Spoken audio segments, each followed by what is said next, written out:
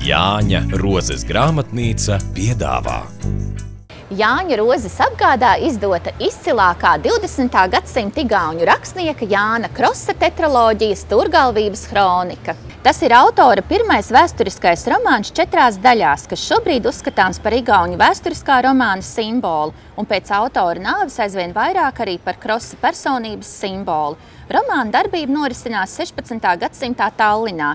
Grāmatas galvenais varonis Baltazars Rusovs ir vēsturiska persona, igaunis, kurš izglītojies vācu skolās un strādājot par mācītāju Tallinā, raksta Livonijas vēstures hroniku.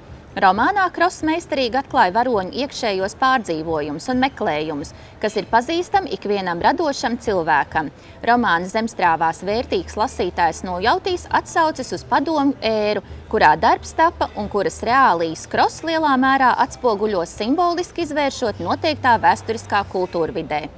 Šo un vēl citas grāmatas meklējiet visās Jāņa Rozes grāmatnīcās.